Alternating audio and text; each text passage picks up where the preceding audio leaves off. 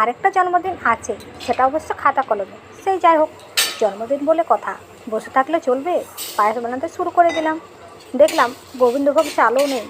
তাতে কি হয়েছে, বাড়ির তৈরি আতপ চাল দিয়ে বানানো শুরু করে দিলাম।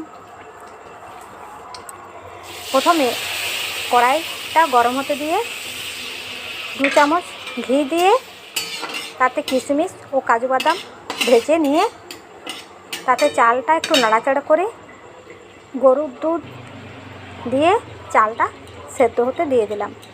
এবার একটু গরুর দুধ গরম করে তাতে গুঁড়ো দুধটা গুলে চালটা যখন সেদ্ধ হয়ে গেল তখন গুঁড়ো দুধটা দিয়ে নাড়াচাড়া করে তাতে 2 এলাচ আর পরিমাণ মতো চিনি দিয়ে নাড়াচাড়া করে নামিয়ে নিলাম।